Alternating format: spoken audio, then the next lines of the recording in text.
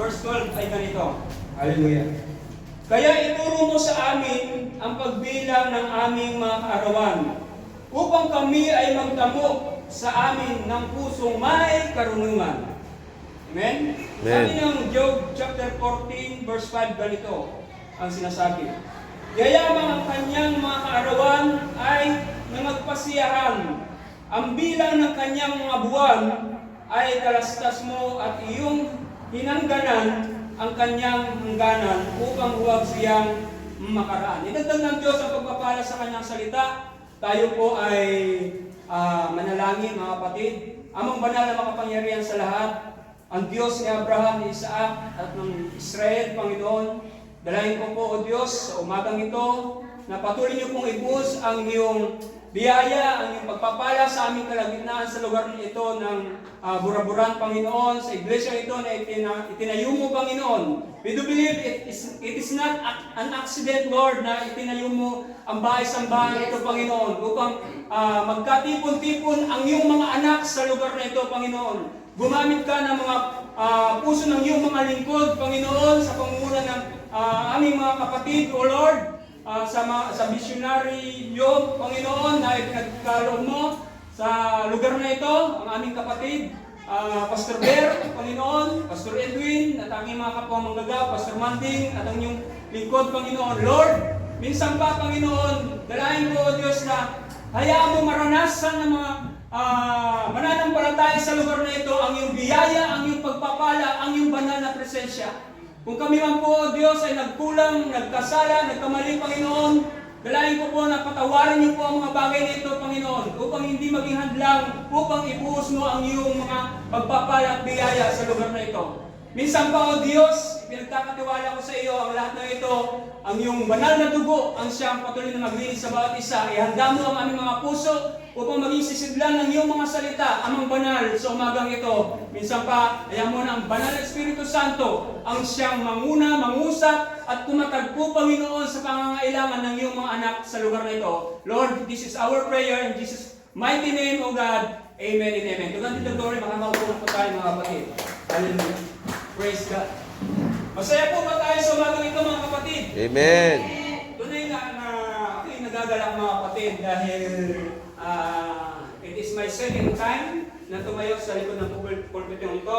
Ako po ay humihingi ng pamanhin at higit sa lahat. Humihingi ako ng pasasalamat sa Diyos na buhay at sa mga manggagawa na itinalaga ng Diyos sa lugar na ito.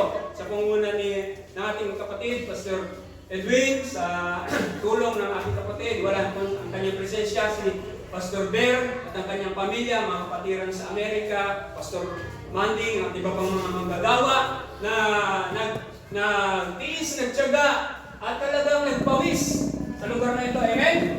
Amen. Mga kapatid, hindi namin akalain kahit si Pastor Edwin na ang lugar na ito ay ginamit ng Panginoon ang pamilya ng mga Gordonyo sa pangunguna ni Sir Roy, na kung saan ay naitayo ang iglesia ito. Tama po ba? Amen. I'm not mistaken, mga kapatid. Bakit? Dahil ang Diyos lahat ang nagtatakda, gaya ng ating pinasa, mga kapatid. Amen? Itinakda ng Diyos, sabi niya mga kapatid, sa verse 5 ng Luke chapter 14, yayamang ang kanyang mga kaarawan ay nagpasiyahan, ang bilang ng kanyang mga buwan at kalastas mo, at iyong hinangganan ang kanyang mga hangganan upang huwag siyang makaraan. Sa madaling salita, ang konteksto kasi ng aklat ng Job, mga kapatid, ay patungkol sa mga biyaya at mga pagpapalang ginimo ng ating kagurangnan, ng ating Panginoon sa bawat tao. Amen? Lahat, sino bang ang mga tao na lumitaw na lang dito sa mundo na hindi ipinanganak, hindi dumaan sa bahay bata? Meron ba kayo nalalaman? Mali ba na lang kung kayo naniniwala doon sa alamat ni maganda at ni malakas? Walang na alam nila, Pastor. So, yun yung mga myth o yung mga istorya na wala naman talaga katotohanan. Kundi alam natin na ang Diyos mula sa Genesis, mga kapatid, Genesis 1:26-27, walang ibang gumawa sa tao, kundi ang Diyos. Amen? At tayo hiningahan ng Espiritu ng then we will become a living soul. Amen? We have a body, soul, and spirit, mga kapatid. Ang tanong, bakit kayo nandito? Ano ang pinapakain nyo sa tuwing linggo o sa tuwing may mga fellowship na ganito? Walang iba, ang ating espiritu at kaluluwa. Amen? Ang tao, literally, biologically, mga kapatid, ay pinaglalaanan natin lagi ang laman. Kaya nga tayo nagpapawis, nagtatrabaho, di ba, mga kapatid? Dahil ito ay itinakda ng Diyos. Ito ang siya naging resulta, ito ang naging sumpa sa tao nung siya ay mapul o nung siya ay mahulog sa kasalanan. Amen? Kung hindi, sabi nga nila minsan, ang tao madaling magsisi ng kapwa-tao. Kung hindi pala ginawa ni Adan at ni Eva ang paglabag sa utos ng Diyos, ibig sabihin hindi pala tayo nagtatrabaho, di ba? Yun ang ang realidad eh. Pero dahil sa alam na natin yung istorya ni Adan at ni Eva at itong si Serpente o ang anak ng Diablo, nakita natin na kung bakit lahat ng tao ay naging makasalanan at walang nakaabot sa kaluwalhatian ng Diyos according to sa Romans 3 verse 23, Romans 6 verse 23, dahil sa ginawa ng mga nauna sa atin, mga kapatid. Pero sa umagang ito, I would like to share, to deliver, mga kapatid, kung what is the purpose of our life. Amen? That is the title of our message today. What is the purpose of our life? Kaya nga, kung babalikan po natin yung binasa natin kanina, mga kapatid, dito sa Psalms chapter 19, verse 12, sabi dito, sa sa English, sa King James Version, sabi niya, so teach us to number our days, that we may apply our heart unto wisdom. Sa Tagalog, meron ba kayong magandang balita Biblia? Sino ang meron magandang balita Biblia dito? Yung itinaon ni Juan, ni pastor ng mga Biblia nyo. Ilan po mga kapatid ang may Biblia dito? Itaas ang kamay. Amen, praise God. Yung walang Biblia, itaas ang kamay. Mga kapatid, wag mo kayo mahiya. Kung wala kayong bibigyan, bibigyan kayo ni Lord. Amen? Para lahat mo tayo, kasi walang sundalo na pumunta sa battlefield, sa bakbakan, na walang armas. Amen. Hello? Tama po ba? Amen. Or else, kung kayo ay mahusay na karatista, pwede nyo i-defensean yung mga sarili. Pero I do believe, mga kapatid, na ang tao, lalo na yung mga Kristiyano, mga kapatid, ay kailangan na magkaroon tayo lagi ng ating armas o mga pananggalang. Sapagkat ang salita ng Diyos ang siyang pananggalang natin sa araw-araw na pamumuhay sa espiritual. Amen po ba? Amen. Ang mga tao ngayon, ang mga bansa ngayon, nag-prepare sila. Aminin man natin o hindi, this is a real talk. Mga kapatid, nakikita nyo ang gera sa Russia, halos magdadalawang taon na, at Ukraine, sa Israel ngayon, alam natin yan, nagaganap. Mga kapatid, maging ang ating bansa, nag-prepare patungkol sa land, pero panalangin natin na huwag mangyari pa ang mga bagay nito. Although mangyayari ito, walang makakapigil dahil nakahula, mga kapatid. Nakasulat na. Tama si tatay. Amen po ba? Amen. So ano ang paghahandaan natin, mga kapatid? Bilang mga Kristiyano, ipiniprepare ni Lord ang ating espiritu at kaluluwa. Amen? Amen? Ang ating mga physical na anyo ay bilang mga tao sa kasalukuyan, nagtatrabaho tayo araw-araw. O nagpapawis tayo, mga magulang, patuloy na ginagawa ang kanilang tungkulin bilang magulang para mapakain ang kanilang mga anak. At ganoon din ang anak, dapat ninyong gawain ang bawat duties and responsibilities na pinagkatiwala sa inyo ng Diyos upang paglingkuran din ang mga magulang. Tama po ba? Amen. Ito ay makatotohanan ng mga kapatid. Kaya nga, dito sa ating binasa, mga kapatid, na ang purpose pala ng buhay ng tao, mga kapatid, hallelujah, kung kayo may Biblia sa inyong tahanan, muli niyo pong basahin ito, yung whole chapter ng ng Psalms chapter 90 at ang binasa lang natin kanina ay yung 9 verse 12 sa magandang balita. Biblia, ano sabi dito? Dahil itong buhay namin maikli lang na panahon, itanim sa isip namin upang kami ay dumunong. Hello? Yan ba na ang gusto ng Diyos sa buhay ng bawat isa? Ang buhay na ito, kailangan ho natin samantalahin dahil ito ay regalo ng Diyos. Hindi natin hawak ang ating sariling buhay. Diyos lamang po ang nakakalam. Amen po ba? Amen. May mga tao, marahil sa inyong mismong karanasan, kausap niyo lang kahapon, kinabukasan, mabalitaan nyo, wala na. Arrive na. Di po ba? Oh. At minsan, iniisip mo, mas lalo, pag sa sarili mong pamilya, kabilang itong tao ito, ay sasabihin mo, Panginoon, bakit siya pa? Bakit? Hindi na lang sa iba, marami namang masasamang tao. Minsan, gusto mo pang turuan ng Panginoon eh. Nagpipiling siya kunin ng Panginoon. Pero sa umaga ito, nais kong i-emphasize sa inyo mga kapatid, i-share sa inyo mga kapatid, na we need to give our full trust in God. Amen? Number one, we need to give our full trust in God, mga kapatid. Sapagkat sa mamagitan ng pagtitiwala natin sa Panginoon, mga kapatid, ako'y naniniwala, mga kapatid, na sa kanyang mga kamay ay walang makakaagaw sa atin. Amen? John chapter 6, verse 44. Ano pong sinasabi diyan, mga kapatid? Sa Juan, aklat ng Juan, versikulo, kapitulo 6, verse 44. Sige daw, samahan niyo ako kung meron kayong mga Biblia at ating pong pagsalusaluhan o ating pong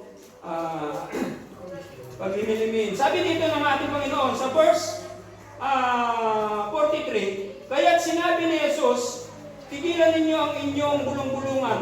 Sabi niya, hello? O sino ang bulong-bulungan dito? Parang hindi narinig. Wala.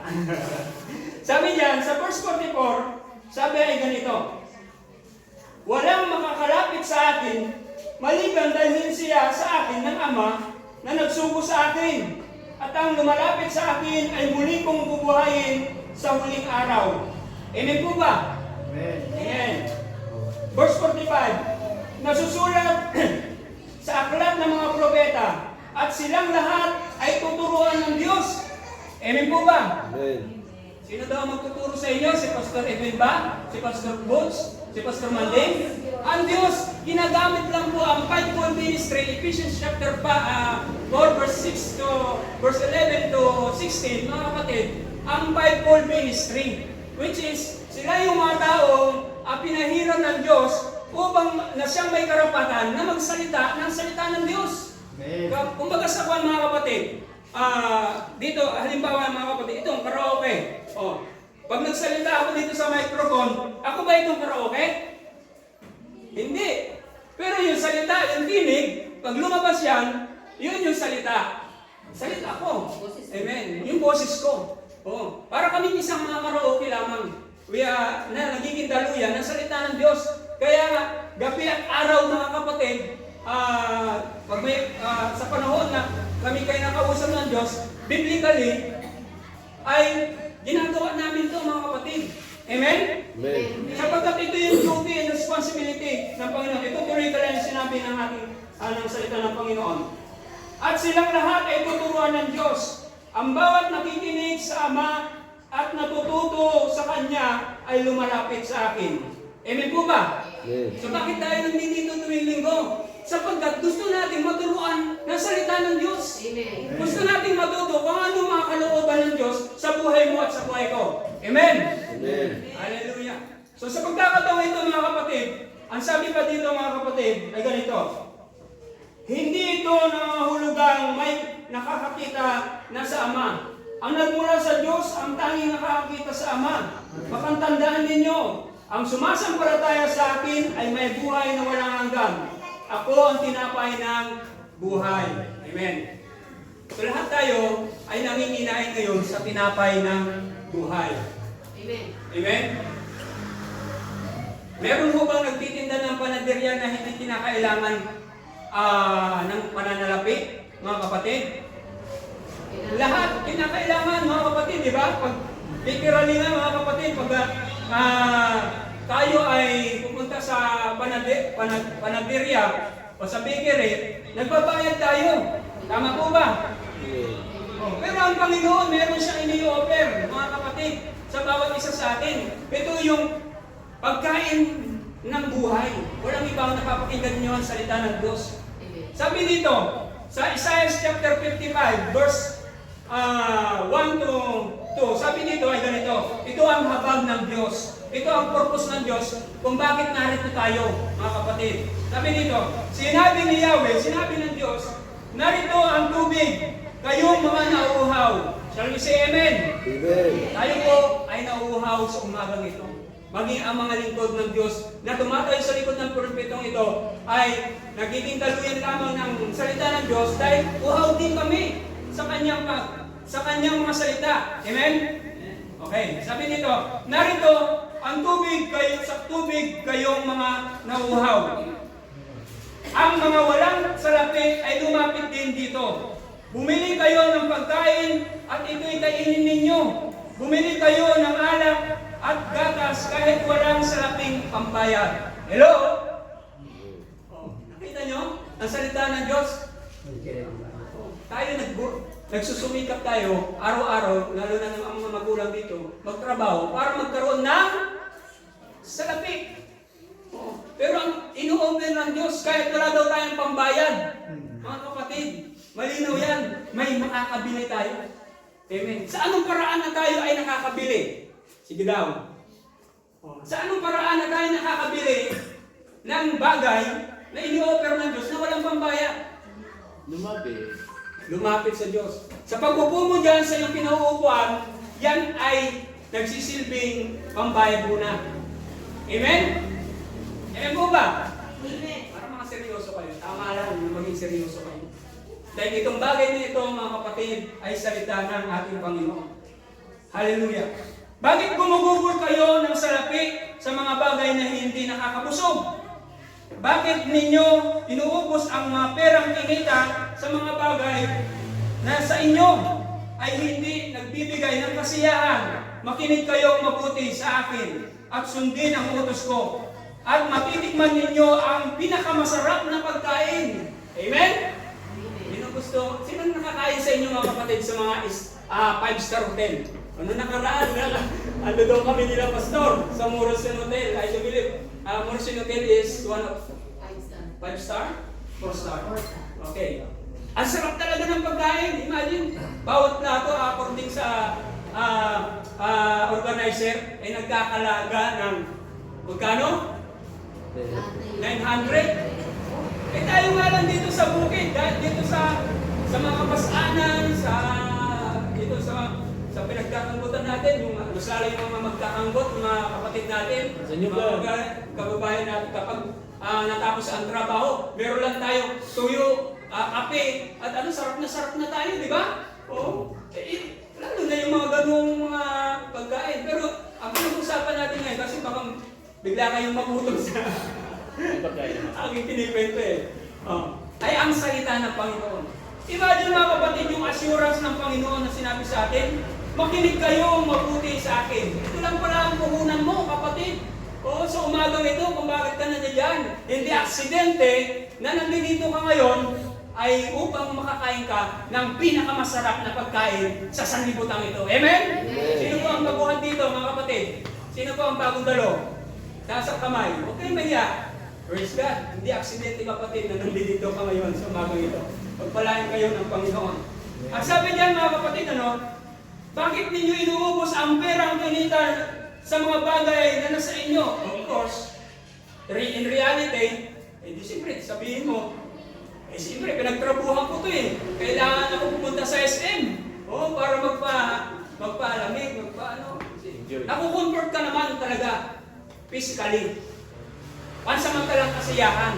Pero itong ino-offer ng ating Panginoon sa umagang ito, mga kapatid, sabi niya, ay nasa inyo ay hindi nagbibigay ng kasiyahan. Minsan, panandaliang kasiyahan man lang ito O pag kumain ka ng masasarap na pagkain, literally, Ay, pag hindi ka pa sanay, na-impatyo ka.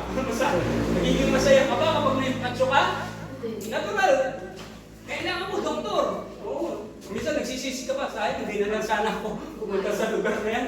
O, yun pala, hindi na kasanayan ng yung biological system. O. Kaya mas masarap kang kumain ng mga mumurahing gulay at nagbibigay ng sustansya. Amen? Amen. Nagsasalita ako sa umagang ito, biologically, physically, of course, inaano natin sa spiritual. I hope na makakuha nyo, mga kapatid. Dahil sa pagsasalita ng isang ministro sa ganitong usapin, ang bawat mga tinuturuan ng Diyos, kailangan siyang pumailam lang. Kailangan niyang makuha yung tinatawag na tinatawag na spiritualism o yung spiritual realm, mga kapatid. Amen? Amen. Sa pagpapatuloy, sabi dito, bakit ninyo inuubos? Verse, makinig kayong mabuti sa akin at sundin ang utos ko at matitikman ninyo ang pinakamasarap na pagkain. Makinig kayo at lumapit sa akin, sundin ninyo ako at magkakaroon kayo ng buhay. Amen? Ang buhay na ito ay hindi lamang ang ating physical ang dapat natin handaan. Although, ang bawat isa sa atin, literally, physically, biologically, mga kapatid, ay kailangan natin kumain araw-araw. Hindi naman natin minamasama yan. Kaipuhan nyo na, mga makakabsat tuloy na naihalo ko tuloy yung mga gagaro, mga katugang, mga kapatid. So, sa pagkakataon ito, mga kapatid, ito yung sinasabi ng Panginoon. Isang walang hanggang kasunduan ang gagawin natin. Hinahamon talaga tayo ng Panginoon. Sina-challenge tayo, I believe. Isang walang hanggang kasunduan ang gagawin natin. Pagtitibayin ko ang aking walang hanggang pag-ibig kay David. Basta ninyo ginawa ko siyang saksi ng mga bansa, pinuno ng mga tagapagmana ng mga bayan. Amen? So ito pala yung purpose kung bakit nandito tayo, mga kapatid. Alam niyo po ba, may tinawag sa kaligtasan ay ang bansang Israelita. They are a chosen nation. But because the grace of God, mga kapatid, 2,000 years ago, kung hindi dahil sa pagtanggi, mga kapatid ng mga Hudyo, na sa kanilang Misaya, dahil sa purpose ng Diyos na tayong mga hintil, mga kapatid, na labas sa Israel, mga kapatid, ay narito ngayon, ay dahil lamang sa biyaya. Amen? Kung hindi sa biyayang yan, hindi naman tayo nagkaroon ng chance para maligtas. Pero dahil nga sa biyayang ito, tayo sa panahon po natin ngayon, mga kapatid, ay nabubuhay tayo sa biyaya. Amen? Amen. Hindi na tayo nabubuhay sa matinding kautusan. Hindi kagaya ng mga Judaism, patuloy nilang ginagawa ang mga utos na huwag gawin ganito, ganito, ganoon. Pero tayo dahil nabubuhay tayo sa biyaya, ay samantalahin po natin ang biyaya ng Diyos. Sapagkat kapag ang salita ng Diyos, ang biyaya ng Diyos ay nagsara na, mga kapatid. Yung naririnig niyo yung salitang rapture, mga kapatid, ibig sabihin, wala nang pagkakataon para ang tao ay mga ligtas, mga kapatid. Amen po ba? Amen. So marami akong gusto sabihin, pero dahil ano ang ating oras, mga kapatid, gusto ko lamang i-share sa inyo o pagpatuloy, mga kapatid, na unang-unang dapat natin gawin ay magtiwala sa kanyang salita. Laging manalangin, magbasa. Mga basic lang naman to, mga kapatid, para magkaroon tayo continually ng benepisyo sa buhay na ating pinaghahandaan, sa buhay na itinakda ng Diyos na ipinagkaloob ng ating Panginoon. Amen? Amen. Minsan, dahil sa mga test and trial of faith, nagiging balisa tayo, mga kapatid. Nagiging sad tayo, mga kapatid. Alam niyo ba yung sad? Nung panahon, lalo na nung panahon ng pandemya, maraming tinamaan ng sad virus. Tama po ba? Tama. Ha? Kaya madalang gusto ba yun? Sad. Ano sa Tagalog ang sad? Malungkot. Alam po. Limitado ang ating galaw. Pag oras na nilakdaw ng isang bayan, isang sitio, isang lugar. Di po ba? Masaya ba kayo sa mga ganong pangyayari? Of course, hindi. Hindi. Dahil sa COVID-19, hindi na natin balikan yan, pero gusto na ano ko lang, nabanggit ko lang, na-recall ko lang, na-remind lang sa akin, marami nagkaroon ng SAD. SAD, acronym ng SAD, stand for, una, nagkaroon sila ng S, stress. Tama? Letter A, ano yung spelling ng SAD? S-A-D. Pangalawa, nagkaroon ng tao ng anxiety. Oh. Sinong doktor dito? Sinong nurse dito? Barangay health worker na pwede nyo bang explain sa akin kung ano ibig sabihin ng anxiety? Sa may ikling ano? So, alam nyo na yan. Kumbaga, i-research nyo na lang. Pero isa yan sa mga bagay na hindi kayang gamutin ng doktor. Mga kapatid, hindi naman pwedeng resetahan ka. Dahil ganito, ito ang nararapat. Hindi. Ikaw pa rin ang makakagawa ng paraan. At ang mga bagay nito ay ang salita lamang ng Diyos ang magbibigay ng gamot. Mga kapatid. Letter D. Ano yun? Depression.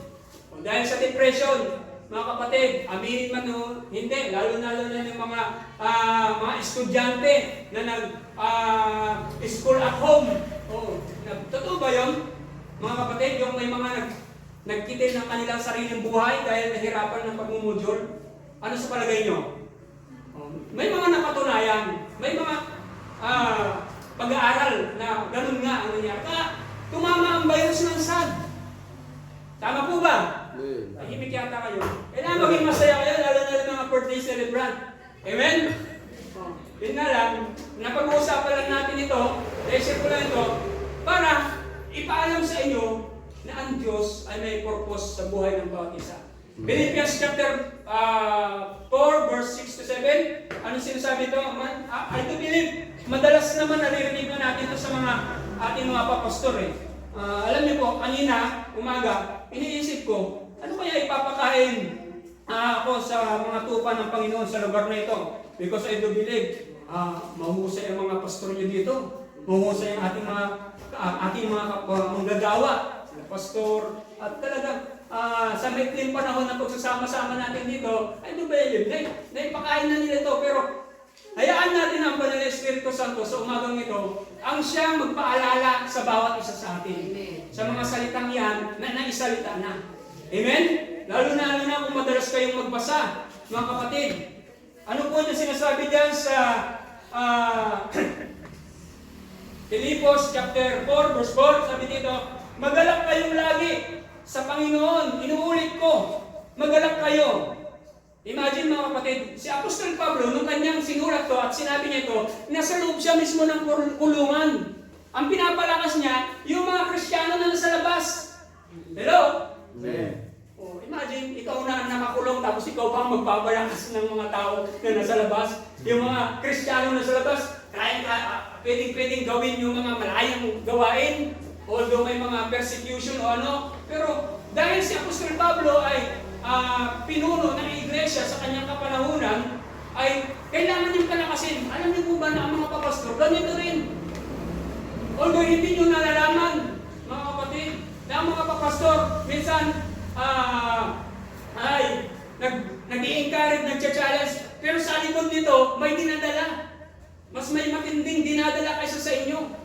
Naalala ko mga kapatid, nung ako'y nagpapastor sa Ilocos Sur, mga kapatid, ay meron akong sakit at karamdaman na hindi ko masyadong pinapahalata. Kasama-kasama ko pa ang mother ko noon. At ang mga membro ko doon mga kapatid ay merong pumasyal. Pastor, sabi ng aking isang nanay, pwede mo po bang ipanalangin ang aking anak at ang asawa? Ay bakit po? Sabi kong ganyan. Sa dahilan po, tinamaan po sila ng matinding trangkaso. Yung aking asawa na, kasi ang trabaho doon, ang nagkakabuhayan doon, ang pinagkakakitaan doon ay yung mamamalakaya o yung pangingisda, mga kapatid. Ay dahil sa matinding trangkaso, hindi na siya nakapag palaot.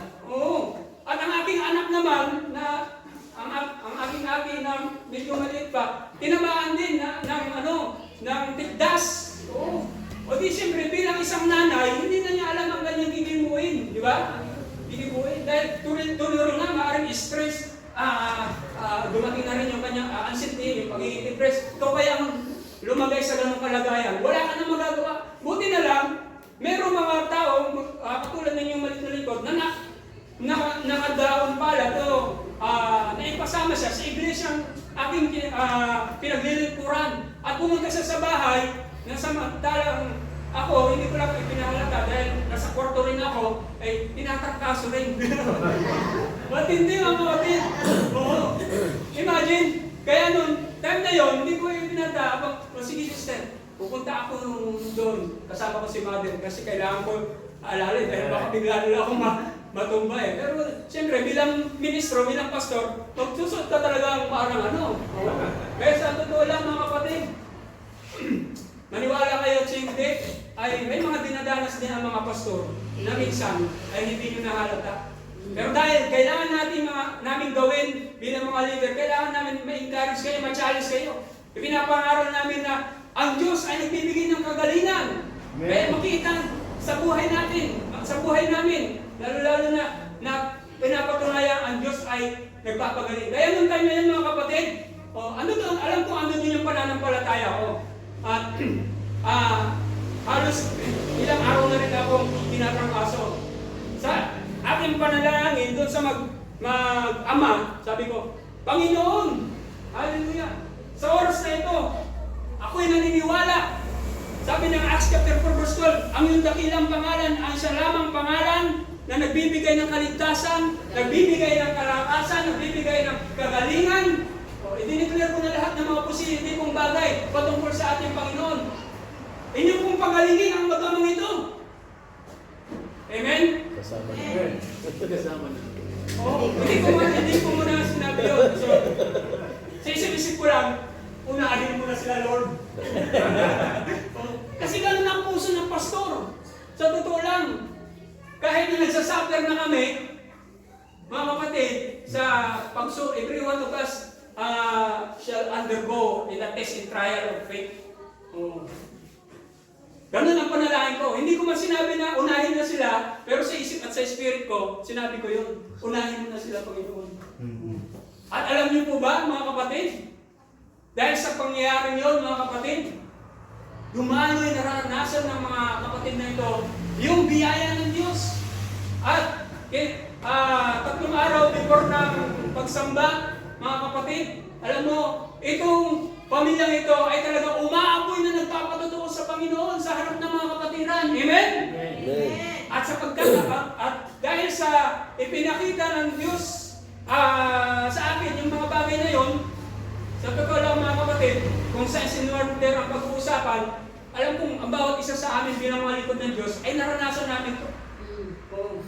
At minsan mga kapatid, hindi lang minsan, madalas mga kapatid, ay may pagkakataon din na para bagang nagdududa tayo, di ba?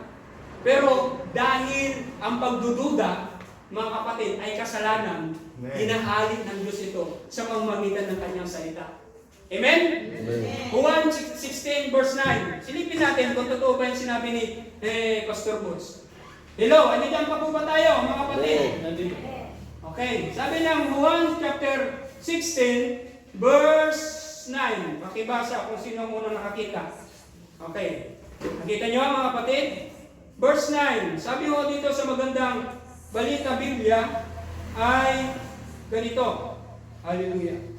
Patutunayan niya ang tungkol sa kanilang kasalanan sapagkat hindi sila naniwala sa akin.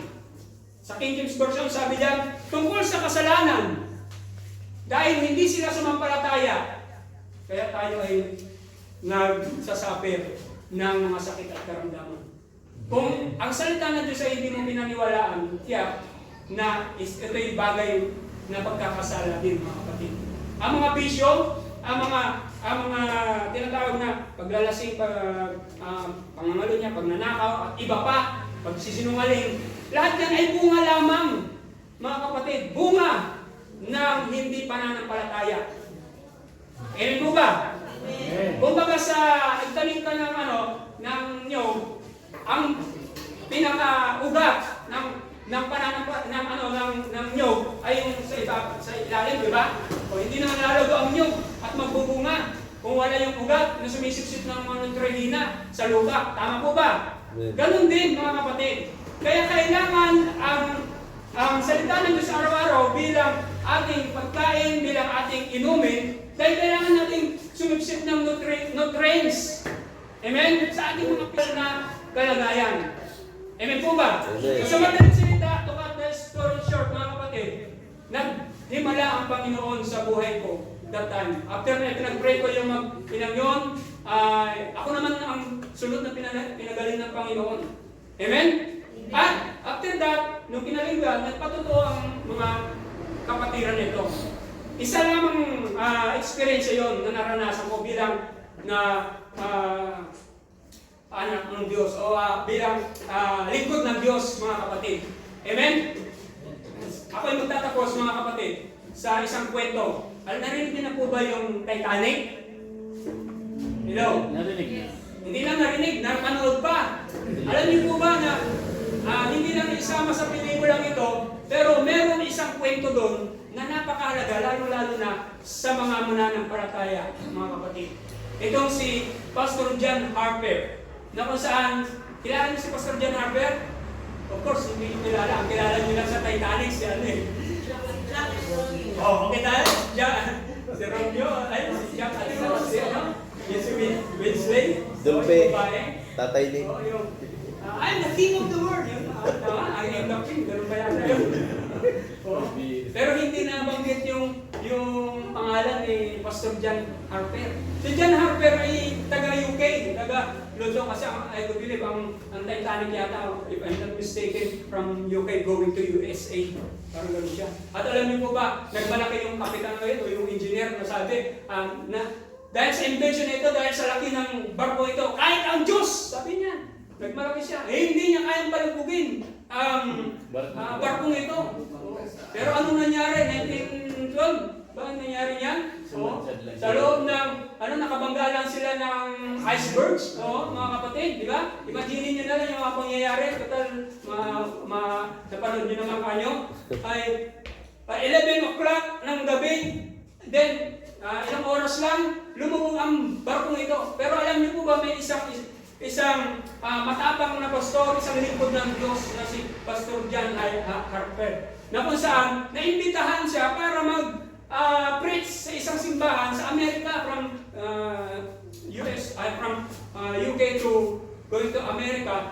At hindi siya nang hinayang na ang kanya bilang isang pastor, mga kapatid, noong time na palubog na yung barko, umakyat siya sa pinakapig at nanalangin siya. Siguro kung may pagkakataon pang mai-survive ang mga tao, o baka maghimala yung pagalubog na barko at pwede pa pero dahil nakatakda na nga mga kapatid at ipinatunayan lang ng Diyos na mali yung sinasabi ng engineer saka yung kapitan na nagmalaki na kahit ang Diyos hindi kaya malubigin ang barkong ito dahil nga yun ang pinakamalaking barko ng araw ng panahon na yun. Pero dahil sa bilang lingkod ng Diyos mga kapatid, nagsakripisyo itong tao ito. Kasama niya kasi yung kanyang daughter noong time na yan. Ang ginawa niya, ginising niya yung kanyang daughter, mga kapatid, na noong time na yun ay kasarapan ng tulog, ipinalot niya sa blanket at ipinagtagubili niya doon sa isang pamilya na kung saan sumakay ng yung mga tawag nito, yung bangka, mga kapatid. At ito, nagpaiwan. Alam niyo po ba, sa more or less 2,000 yata, kung hindi ako nagkakamali, na sakay ng barko, kalahati yata yung na-survive. Sinamantala ni John Harper upang ipakilala ang ating Panginoong Jesucristo. Ang ginawa niya, habang lumulubog yung barko na yun mga kapatid, merong mga musikero o mga bandurya, kung alam niyo yung mga orkestra, parang ganon. Ang ginawa niya, nag-request siya ng isang awiting makalangit. Mga kapatid, siguro Amazing Grace, habang tinutugtog yun, habang tuliro ang mga tao, balisa, o paano isurvive ang kanyang mga sarili, ay in-request niya, tugtugin niyo ito, para mapapurihin natin ang Diyos. malay nyo, baka tayo ay isalba pa ng mga angel o mga kapatid. Yun ang kanyang pananampalataya. Hanggang sa tuluyan na ano nangyari, mga kapatid, tuluyan na lumubog yung barko. Pero alam niyo po ba habang sa loob ng 2 oras na nakalutang yung mga tao, binigyan siya ng lakas ng Panginoon upang puntahan yung mga may buhay pa. At lagi niya sinasabi sa mga taong ito, kayo po ba ay ligtas na? Kayo po ba ay nakakilala na sa Panginoon? O, yung iba, nakakilala na, yung iba, hindi pa. O, pero mayroon isang binata doon na kung saan ay hindi ko po alam kung paano maligtas. Eh dahil sa malakas na agos, biglang lumubog si John Harper, mga kapatid, dahil sa alon. At sa pangalawang pagkakataon, ay lumutang siya at sinabihan niya, in-encourage niya yung kabataan yun, yung binatang yun, tinanggap mo na ba ang ating Panginoon? Paano po ba? Paano tanggapin ang ating Panginoon? Sabi. At sa madaling salita, i-ginaid ng pastor na ito, yung binatang yun na taga-Canada. At noong time na yun, mga kapatid, ay nawin ang kaluluwa ng taong ito. Hello? Nakuha niyo po yung istorya? At naalala ang taong ito, noong panahon na ilang panahon after nang nangyari yun, mga kapatid, nagtipon-tipon, nagbigay ng panawagan yung mga survivor na i-celebrate hindi na celebrate, alalahanin lang. Yung paglubog ng katahan nito at sa Canada. At sa Canada, nagtipon-tipon yung mga survivor at meron isa nagpatutulog doon na yung binata nga, mga kapatid. Na ako'y naniniwala, sabi niya, tumayo siya sa kalagitnaan, ako'y naniniwala, ako yung huli-hulihang kaluluwa na nasiran ng salita ng Panginoon ni Pastor Harper bago siya namatay. Kasi nag-sacrifice na siya para sa mga tao.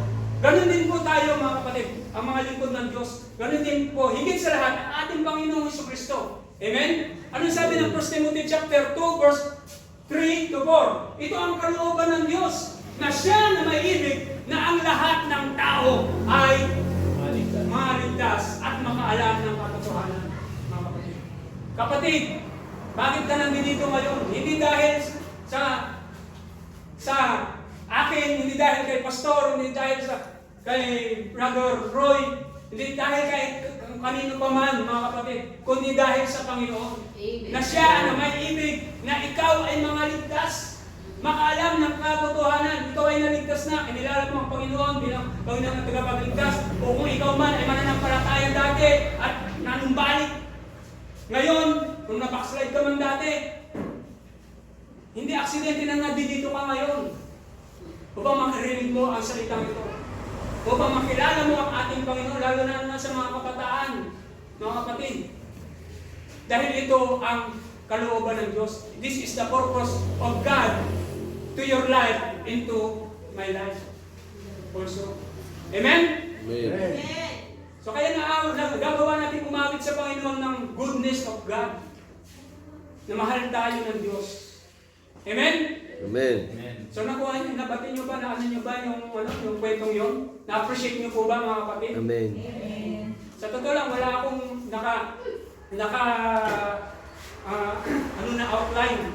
Meron akong outline, dati pa to, pero kaya natin ba ng Espiritu Santo ang siyang kumilos. Amen. Amen? At sa pagkakataon ito, mga kapatid, hallelujah, sa hindi pagtatagal, mga kapatid, kung ikaw ay mananampalataya dati na nalamig, maaari mong i-rededicate ang buhay mo. Amen. Amen? Maaari nating isurrender muli ang ating buhay sa Panginoon. At kung ikaw naman sa umagang ito ay hindi pa tuloy nakakilala sa Panginoon at ito yung pagkakataon na ikaw ay nakarinig ng ganitong pangungusap, ikaw ay nakarinig ng ganitong salita ng Panginoon, hindi aksidente na rito ka ngayon. Ito ay kinalagaan ng Diyos before the foundation of the world. Amen?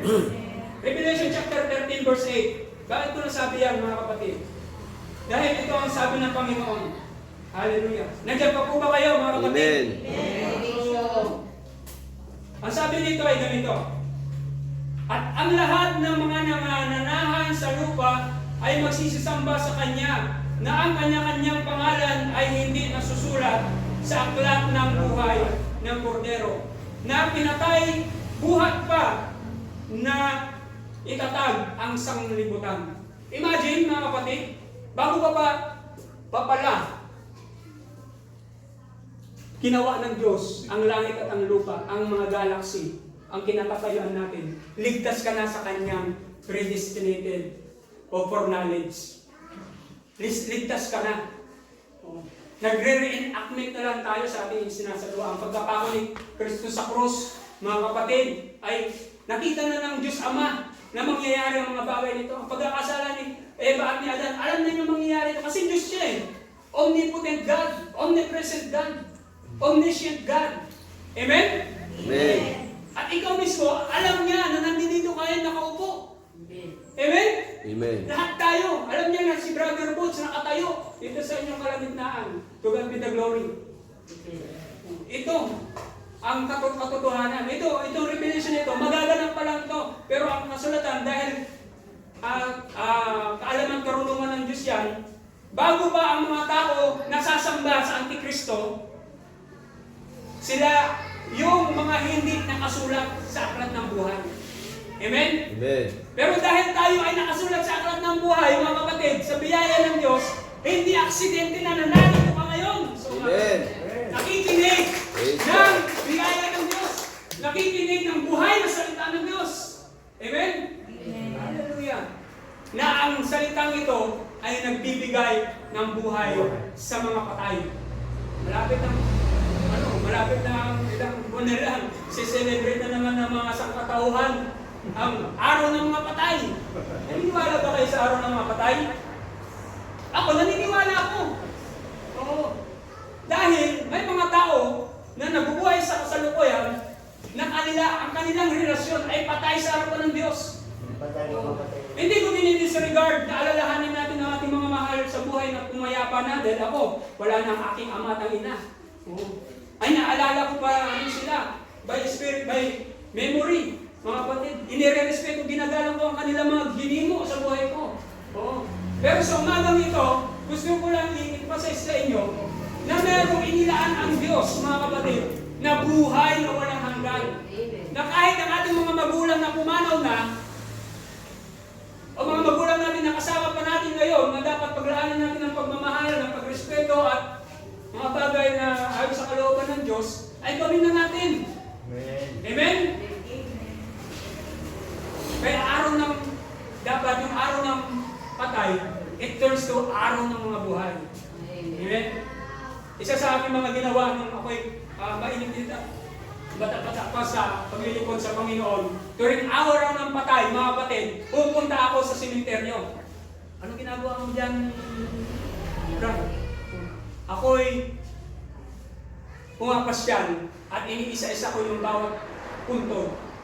Naglalakay ako doon ng mga tracks. Dahil nagkaroon ako ng revelation, sabi ko, Lord, ipahayag mo sa mga taong sa araw na patay na dapat ang kanilang mga kaluluwa ay mabuhay. Hello? Amen. Dahil naniniwala tayo bilang mananampalataya na meron lang panahon ang pagliligtas ng Diyos. Ang Panginoong Jesus, sa maniwala kayo sa hindi, nakaupo pa siya sa trono. Kanya pong niwe-welcome ang mga tao. Kanya pang ini-open ang grace o grasya ng Diyos. Pero kapag ang Panginoon ay tumayo na, at oras na, panahon na kanyang dapat igawad ang panghukom, mga kapatid, wala nang panahon para ang tao ay maligtas. Hello? Amen. Kaya samantalahin po natin, ilang panahon na lang, mga kapatid, sa maniwala kahit sa hindi. Nangyayari na ang mga digmaan, ang mga dilubyo, ang mga unexpected na mga lindol pangyayari. Kung inyong namumonitor, halos araw-araw may mga balitang lindol. Hindi lang natin masyado nararamdaman o nakaraan, naramdaman nyo siguro, di ba? Na medyo niyog-yog tayo.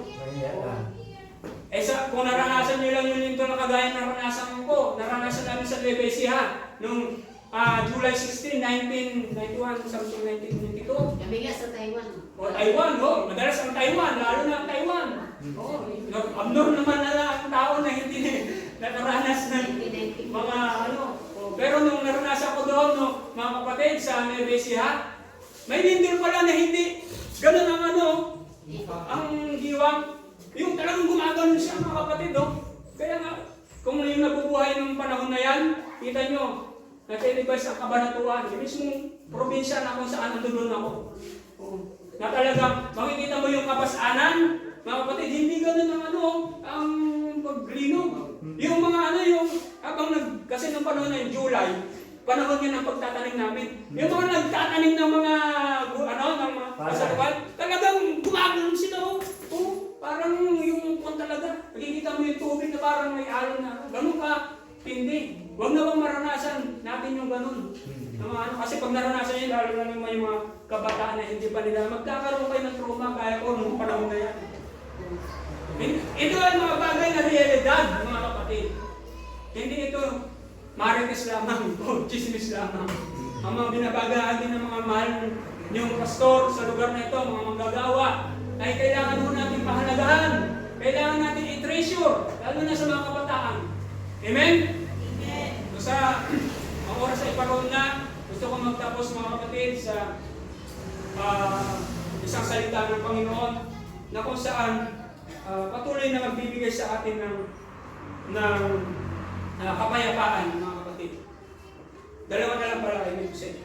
Sabi po dito sa aklat ng John chapter 16, mga kapatid. Hello, hindi pa po ba tayo, mga kapatid? Amen. Sabi dito, verse 30. Ngayon alam na po namin, alam ninyo ang lahat ng mga bagay. Sabi, at hindi na kailangan kang tanungin. Kasi nung time na ito, thank you kapatid, dadakpon na dadakipin na ang ating Panginoong Jesucristo. At halos lahat ng mga disipulo niya ay nagtitikiyasan na. Nag-aalis na. Sabi dito mga kapatid, sinabi ng kanyang mga alagad, ngayon po'y tuwiran na ang inyong pangungusap sa amin at hindi napatalinghaga. Ngayon alam ninyo ang lahat ng bagay at hindi na kailangang tanungin pa kayo ninuman. Dahil dito, naniniwala po kami na kayo'y mula sa Diyos. Sumagot si Jesus, talaga bang naniniwala kayo? Pwede ko bang tanungin sa inyo to? Talaga bang naniniwala kayo kay Pastor? Amen. Naniniwala ba kayo na ang sinasabi ni Pastor Twin, Pastor Mandy, ni Brother Boots ay salita ng Diyos? Amen. Narinig niyo, Pastor, ha? Nakakomit na sila sa Panginoon.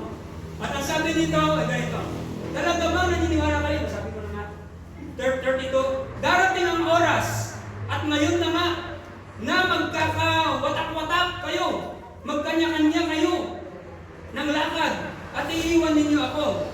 Imagine, si Lord Jesus Christ mismo, nagsabi niyan, gayunmay, hindi ako nag-iisa, sapagkat kasama ko ang Ama. 33, sinabi ko ito sa inyo, upang sa inyong pakikipag-isa sa akin, ay magkaroon kayo ng kapayapaan. Pinaka-importante sa lahat, meron tayong pakikipag-isa kay Jesus.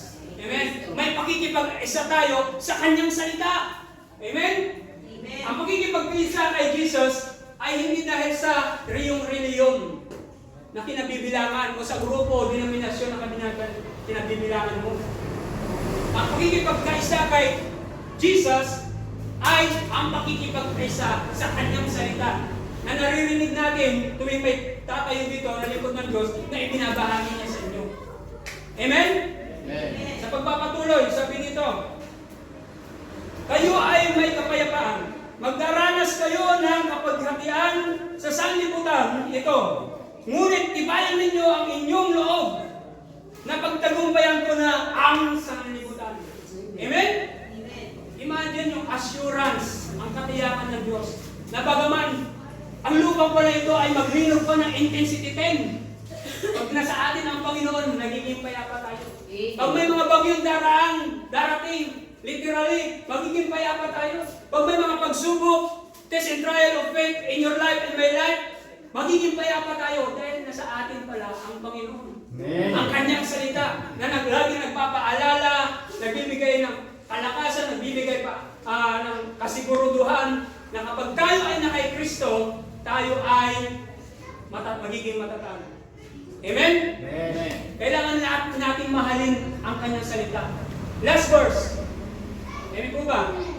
Praise God. Sabi dito sa 1 John chapter 4, verse 18. 1 John chapter 4. Sige na. Okay? Sige natin ito, mga kapatid ha. Pagkaman ninyo, kung medyo bumaba ng konti itong aking pangangaral. Kasi ando doon yung yung conviction ng ating Panginoon. Amen?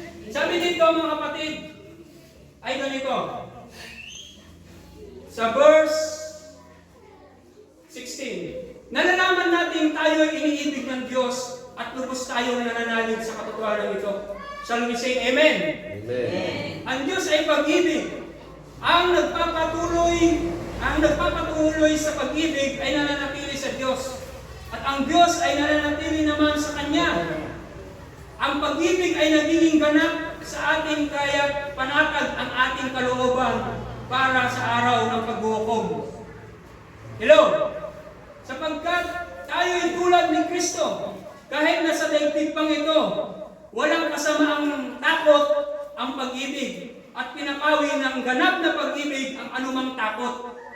Hindi pa ganap ang pag-ibig ng sino mang natatakot, sapagkat ang takot ay kaugnay sa parusa. Amen?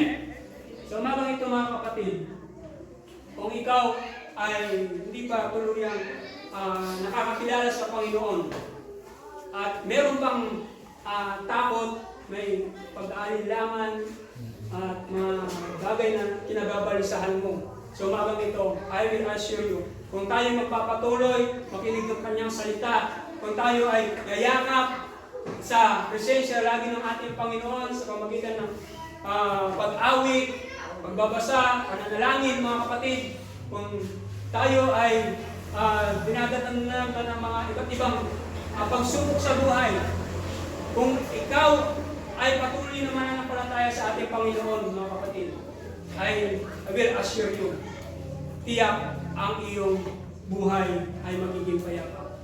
Amen? Amen. Hindi mo ba tayong tumayo? Tayo po ay manalangin. Hallelujah. Purihin ang Panginoon. Minsan ba awitan muna natin ang ating Panginoon, yung kay buti-buti mo, Panginoon. At ako po ay mananalangin. Yes. Sige po. Akapela na lang, mga kapatid. Kay buti-buti mo, Panginoon, sa lahat ng oras at sa bawat araw, ika'y laging tapat kong magmahal. Ang iyong away magpawalang hanggan. Minsan pa mga kapatid, patuloy tayong damhin ang presensya ni Lord. Buti-buti mo, Panginoon, sa lahat ng oras at sa bawat araw. Ika'y laging tapat kong magmahal. Ang iyong away magpawalang hanggan. Pinupuri, sinasamba kita. Dakilang Diyos at Panginoon, tunay nga ika'y walang katulad, tunay nga ika'y di nagbabago, mabuti ang Diyos na sa atin ay mamamahal. Minsan pa mga kapatid, pinupuri, sinasamba kita.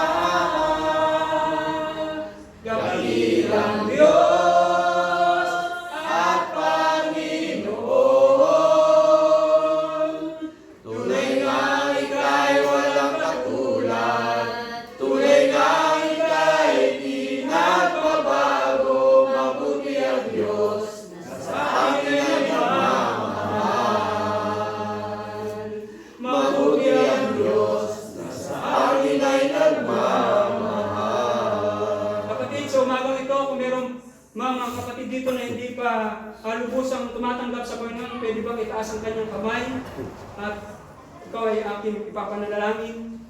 O sundin mo muna kapatid ang mga salitang ito. Hallelujah. Huwag po kayong mahiya mga kapatid. Pwede natin itaas ang ating mga kamay sa ating kinukuhaan. Bilang tanda na ating pong sinusurrender ang ating buhay sa Panginoon. Sapagkat sa narinig mong salita, kapatid, hindi aksidente na narinig mo ang mga salita Yes, ito. O Lord. Hallelujah. Tumagal ito. Hallelujah. Lord, sa oras na ito, Oras na ito. patuloy po kitang pinapasalamatan Salamatan. sa mga salitang aming napakinggan. Sumasalita namin na pakinggan. Dalangin ko, O Diyos, Salamat po Diyos. na ako'y iyong patawarin Na huwag iyong patawarin sa aking mga nagawang sa aming luwag kasalanan at pagkakamali. at pagkakamali. Kung kayo man, O Diyos, Kung kayo man ng Diyos, ay may mga nakitang hindi mo kinalugdan hindi mo pinalugdan sa aking buhay, sa aking buhay.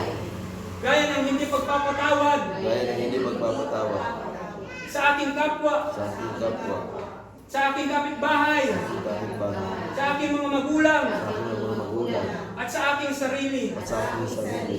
Lord, sa oras na ito, Lord, sa oras na ito, dalangin ko dalangin ko ang iyong biyaya ang iyong biyaya na ako'y iyong patawarin. na kayo iyong patawarin. Napatawarin niyo po ang lahat ng aking nabanggit. Patawarin mo ang lahat ng Upang sa ganon, Panginoon. ang biyaya mo, Panginoon, Biyaya ay patuloy na dumalo sa aking buhay. sa akin.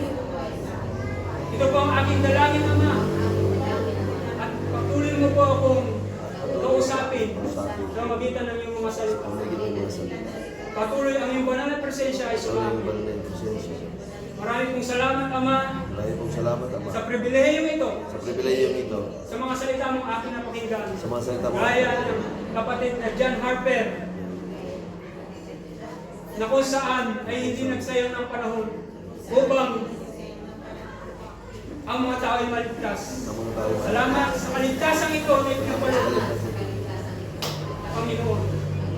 Ito po ang aking samang dalangin, Ama, sa pangalan ni Jesus. Hayaan niyo akong manalangin sa inyo, mga kapatid, sa oras na ito. Ama, sa oras na ito, narinig mo, Panginoon, ang aking mga kapatid sa kanilang kinaupuan. Nagtaas man sila ng kanilang mga kamay, hindi, I do believe in their heart, O God, ay sinundan nila, Panginoon, ang mga panalangin ito. Lord, sa oras na ito, Ama, bilang iyong lingkod, Panginoon, dalangin ko, Diyos, na patuloy niyo pong pagpalain ang buhay ng aking kapatid nito. Amen. Patuloy niyo pong pagkaloob sa Kanya ang iyong banal na presensya, ang iyong banal na Espiritu Santo, upang patuloy na maging matatag at magkaroon siya ng patuloy na katiyakan, Panginoon, sa buhay na Kanyang inaasam ayon sa mga salitang aming pinapakinggan. Lord, minsan pa, pagpalain niyo po ang lahat ng mga anak mo sa lugar na ito, kung saan, Diyos, ay pinangangalagaan ng iyong mga lingkod, Panginoon, sa pamagitan ng aking kapatid, Pastor Edwin, Pastor Manding, at si Pastor Ber, na naging visionary upang itatag ang iglesia nito sa lugar na ito, si Brother Roy, ang kanyang pamilya, ang bawat pamilya, Lord, na narito ngayon, Panginoon. I do believe, Lord, ang iyong pagpapala, ang iyong dakilang propesensya ay patuloy gagawin mo po sa bawat isa. Minsan pa, Panginoon, sa inamin pinabalik ang lahat ng mapurit, pasasalamat, Panginoon, at ang pagpapala ay sumaamin ayon sa iyong mga salita. Lord, minsan pa, papuri at pasasalamat ay tayong sa iyo lamang, Amang Banal. So, magkita na yung banal na anak na si Jesus Cristo na ay Panginoon tagapagligtas. Ang lahat ng pinababanal ng salita ng Diyos magsabi ng Amen and Amen. Hallelujah. Praise God. Shalom. Shalom.